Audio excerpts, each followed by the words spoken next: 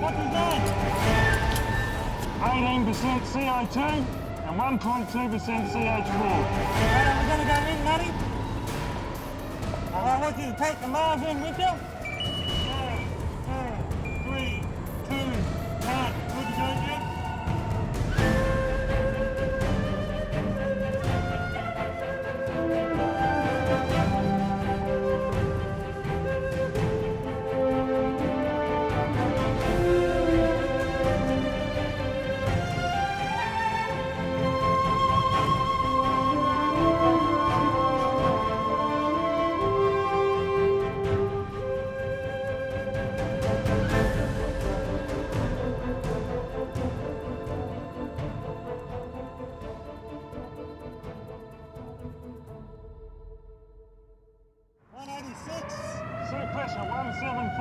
Being trapped is one of the most scary things you'll ever experience. And whatever it is that has you trapped, debts, lifestyle, bad relationships, or poor health, even life itself, whatever the circumstances, the effects are the same. Stress, worry, desperation, and despair.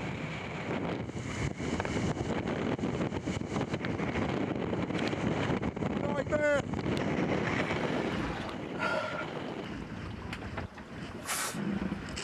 We've basically lost about 70% of our capability. I'm desperately trying to keep the mini sea alive.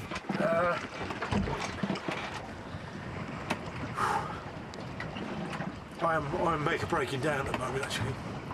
And I'm not a wuss either, you know. I'm a fairly tough character, you know, but this is starting to break me down, massive.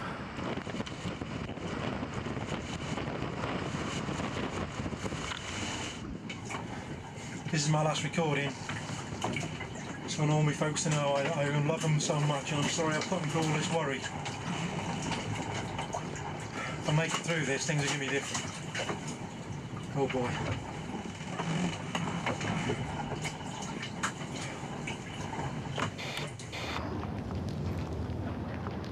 Above me here are hundreds, perhaps thousands of tons of rock and earth. If I were trapped down here, there is one thing that I would know for sure. I couldn't save myself. I'd be totally at the mercy of forces beyond my control. And even if I wanted to try and dig my way out, I'd be one person getting cold and hungry and tired, digging upward through a mile or 1,500 metres of earth. Actually, when I think about it, what would I even use to dig with? I'd need a rescuer with a plan, and the means to carry that plan out. Without a rescue, I might as well just sit here and wait to die. You see, being trapped is a pretty scary prospect. My navigation systems are down. I'm lost out at sea.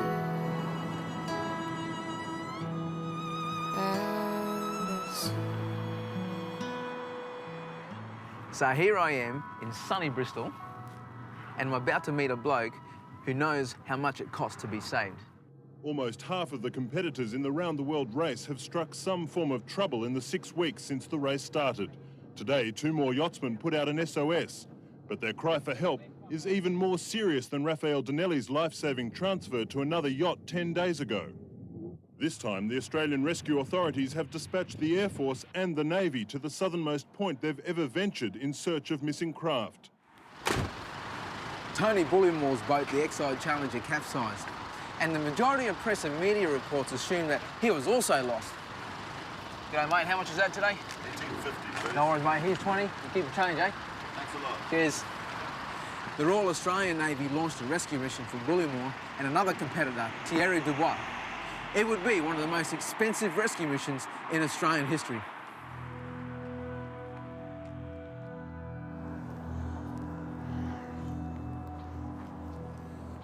G'day, Tony. How you going, mate? Hey. All right to come on down? Yeah, come on board. I'll put the kettle on for a cuppa. How you going, mate? All right. How are you? Good to see you, mate. Come on board. It's a bit chillier than Australia, isn't it? Let's get that cuppa going, eh? yeah, quick as you like. Tony, what is it that you really love about sailing, mate? Well, it's changed over the years, what I love. When I started sailing, it was about 50 years ago. I was in my early 20s, you know, and I grew up by the seaside, you know. But when I'm at the helm and the boat's doing 20, 25 knots and you've got the wind whistling through the rig and your hair's blowing all over the place on a really lovely day, it's exotic, you know, it's really fabulous. It just builds up my adrenaline and I really enjoy it. I also like the racing. I'm sort of competitive and I like to get out and go for a challenge or two, you know, records, that kind of thing. So there you are. On that day in 1997, when did you realise that you were in trouble? Well, I was running through big seas, you know, the winds were blowing up to steady 70, you know, like, and on a 60-foot open class 60 monohull with twin wing masts, you don't really need those kind of conditions, you know. If you've got 35, 40 knots of breeze, that's enough to push you through the seas. And when it's getting up to 70, 75 knots, gusting 100 mile an hour at one point, it's really, you know, phenomenal conditions. But when I knew I was in trouble was when I had a big crack and I didn't know what it was, but the boat instantly rolled over, you know, it capsized and I'm saying, come on, old girl, up you get, and she never got up. When Bullimore's yacht capsized, an emergency beacon was thrown into the water and automatically activated, alerting rescuers within minutes to his position. First evidence that the solo sailor was alive came when he turned another beacon on manually from inside the yacht. Experts believe there was air for about 6 days in the upturned craft, but Bullimore's main concern was keeping out of the freezing water, spending his time in a makeshift hammock curled in a ball to keep warm. The boat wasn't coming up right, so I had to start thinking survival, where do I go from here? I'm 1,500 miles from Australia, I'm a few hundred miles from Antarctica, I'm way off the shipping lanes. This was all churning around in my mind. I can't do anything at the moment. I'm in the middle of a raging storm. The seas are pounding the boat and rolling over the top. Winds are whistling.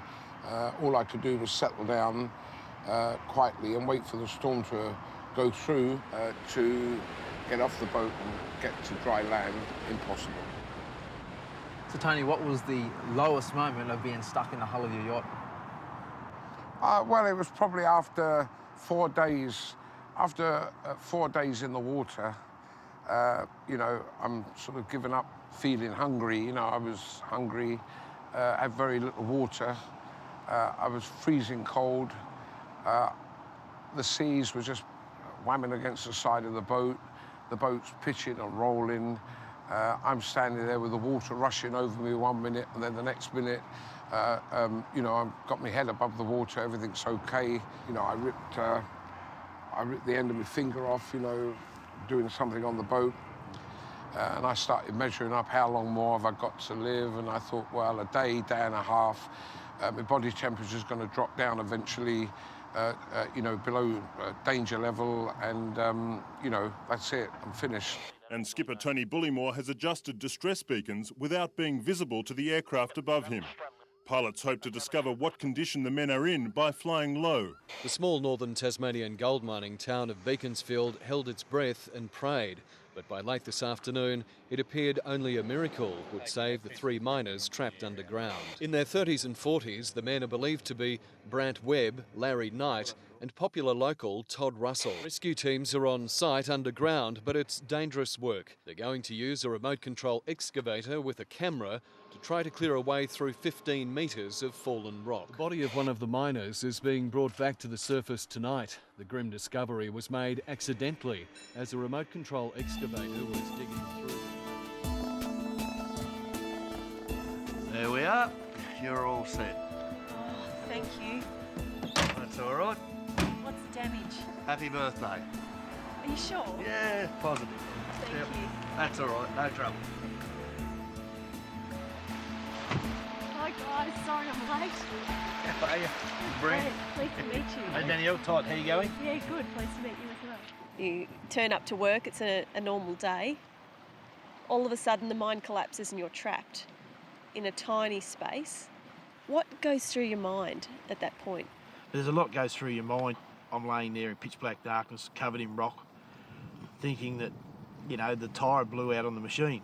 You're in a hell of a lot of pain, you're suffering, and you're doing a hell of a lot of thinking as well. And as miners, you hear of other people getting hit by rocks, and they're not here to talk about it. So the first thing that goes through, went through my head was, I'm alive, but how are they going to get us out? Can they get us out? You know, I kept saying to him, they're coming to get us, even though I had in the back of my mind they were doing a body recovery. You know, if I'd have seen the devastation of what they'd seen from where they were looking, I wouldn't have given us a chance either. No. But, you know, the only thing we had virtually in common, we both knew how to sing The Gambler, and we were singing The Gambler that day on that Sunday afternoon, and I said to Brent, I can hear a voice. And he said, what? I said, just be quiet for a minute. And then, you know, we heard this voice from the outside, and it was Steve Saltmarsh and Pat Baldwin. You know, for us to hear that first initial contact from them guys was, you know, it was just like someone had lifted that rock clean off the top of us, because we knew then that, you know, what they were doing on the outside they had to stop doing and concentrate on, you know, trying to bring us out alive, because the way they were going about their rescue and at the rate they were doing it, there was a fair chance that what they were doing could have killed us.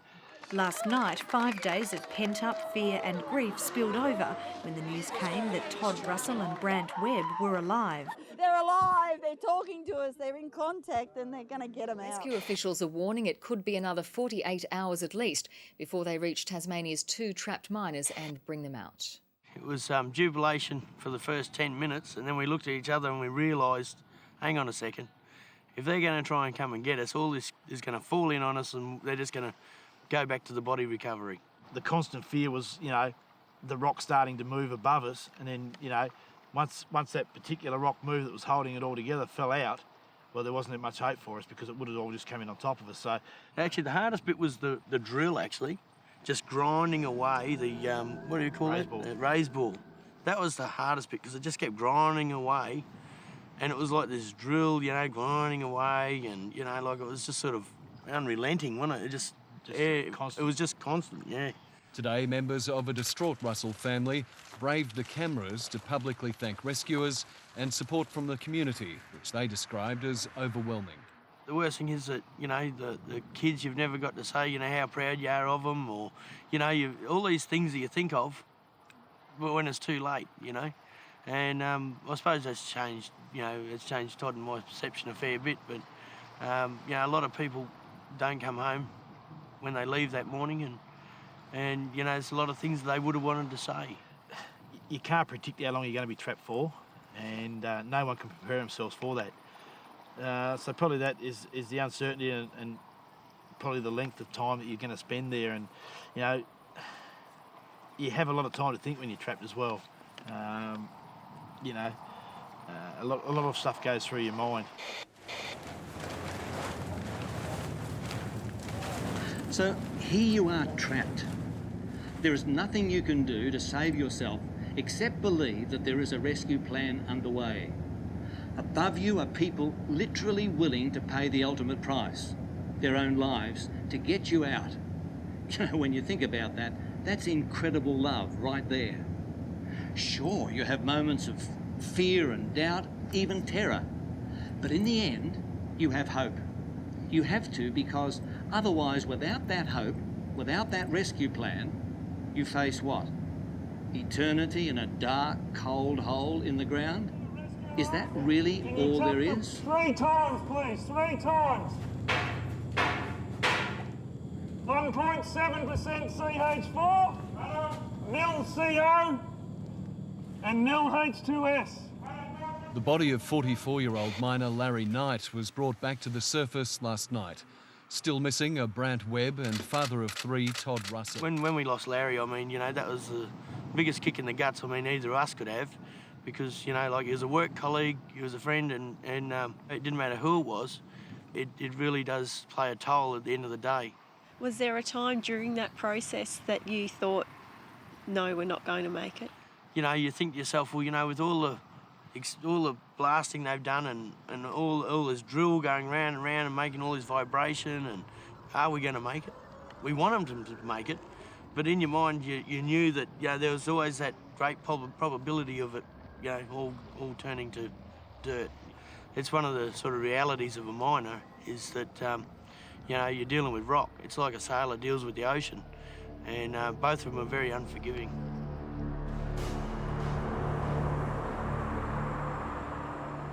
The one thing that I decided that I wasn't going to go down with the boat, and I wasn't going to, you know, sort of, you know, die in the boat. I was determined to get up to the surface if it all went really wrong, and just float around, you know, for maybe 5–10 minutes, looking up at the sky and the clouds and saying, well, that's it, I've had a good life, and you know, this is the end. You know, what a way to go. You know, here I am in the middle of the Southern Ocean, slowly fading away. My wife's at home, no doubt panicking or wondering what's going on. It was very, very depressing.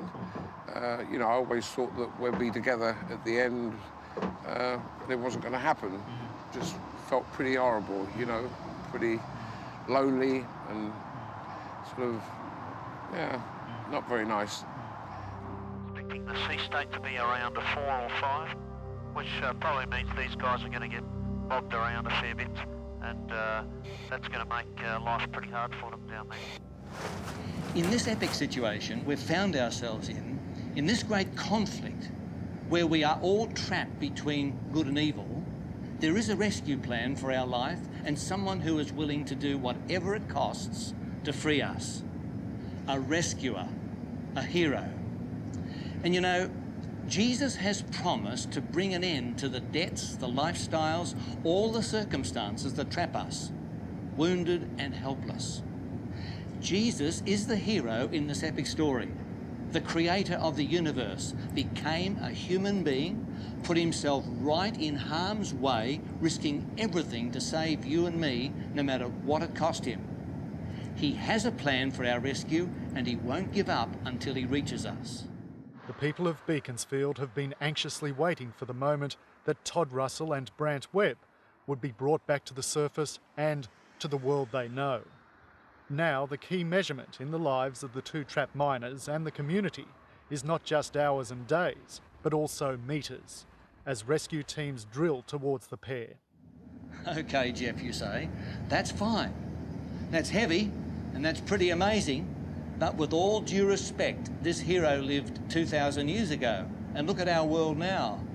All the things that we've been talking about, the things that we want to be rescued from, they've all occurred after his death and resurrection. So where's this big rescue that we're talking about? Where's the plan? You know, I read something recently in the book of Matthew.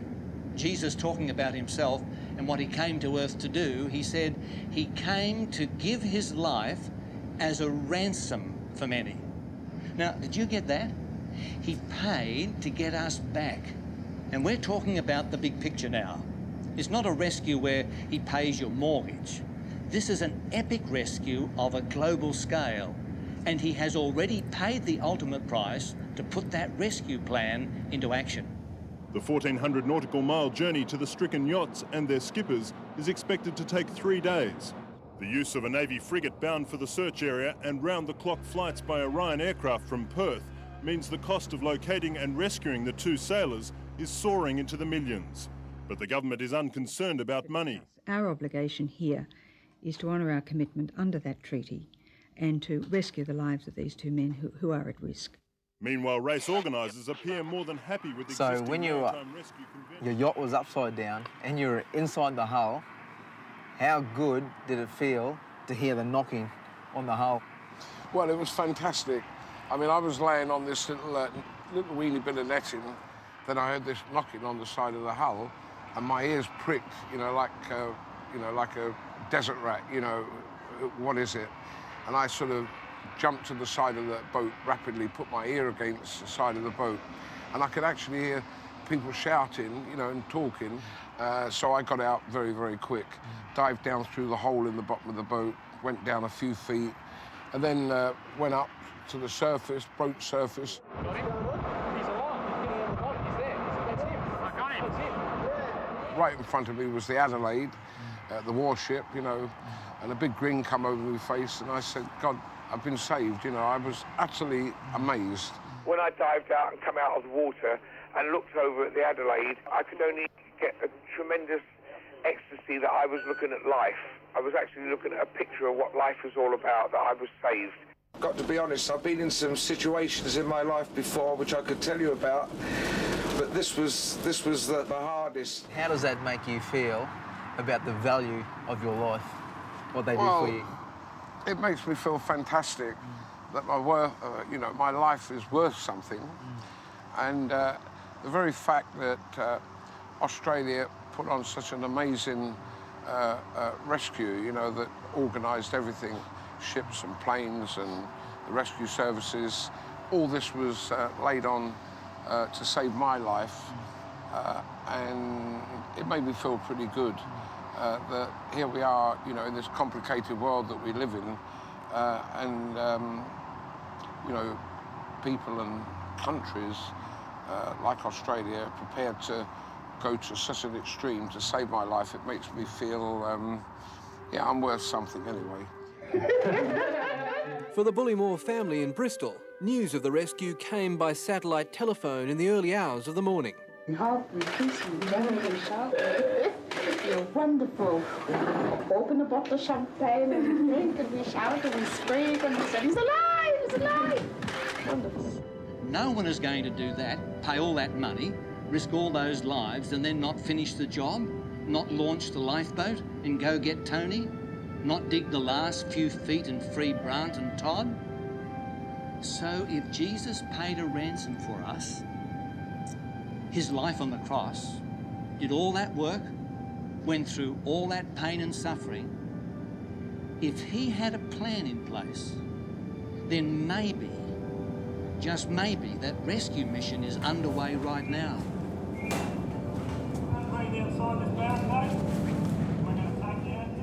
When you're trapped, you're cut off from the big picture. Now that's us, isn't it? Here we are trapped and unable to see the bigger reality out there that's far beyond what we can even comprehend. So what's this reality? Is there something beyond living a good life and then just ceasing to exist? 3, 2, 1.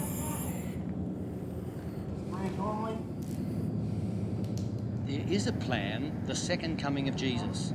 And as much as people have tried to deny it or turn it into fantasy, it's a rescue mission we have known about for 2,000 years.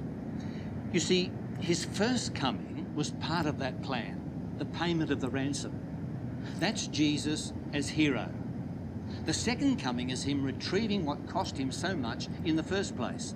That's Jesus as the rescuer. They will see the Son of Man coming on the clouds of the sky with power and great glory. And he will send his angels with a loud trumpet call.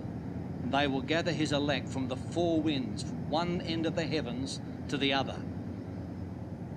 This is send in the cavalry. Big action hero type stuff. The kind of ending Hollywood would be proud of. And like all the best stories, there is the promise of a happily ever after.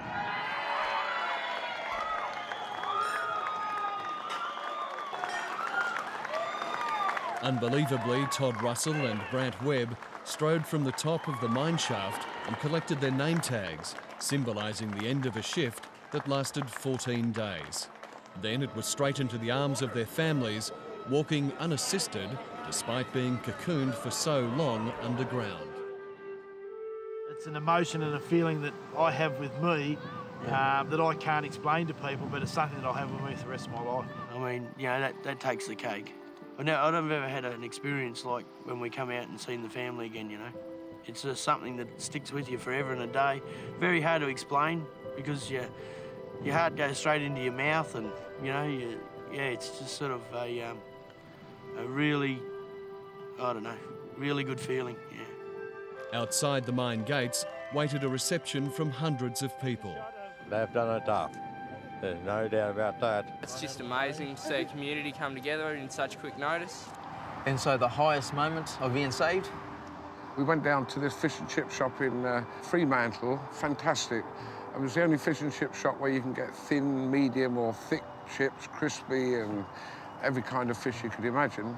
And we were munching away at it, really enjoying, the day.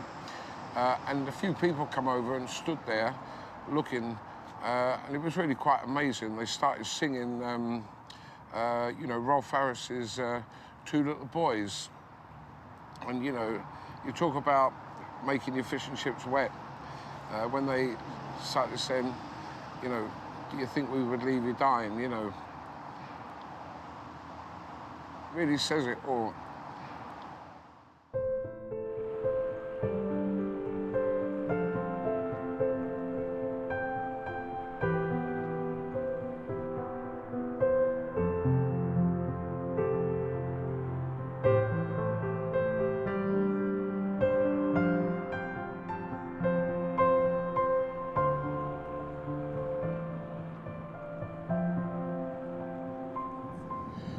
That's the rescue we long for. That's the rescue we're promised through the plan of salvation. Now, some people mock this as fantasy or fairy tale. Well, without it, what do we have? Look around at the world. Without some divine supernatural rescue, without help from outside ourselves, what hope is there? What does the future offer other than the grave? The second coming offers hope. And that's what Jesus offers. How do we know this? Because he has put the plan into action. He paid the ransom. He came to save the lost, and that's what he plans to finish. He made a promise, and he will do whatever it takes to keep it. That's the promise of the second coming. It's a rescue mission, the greatest of all, the last one ever needed.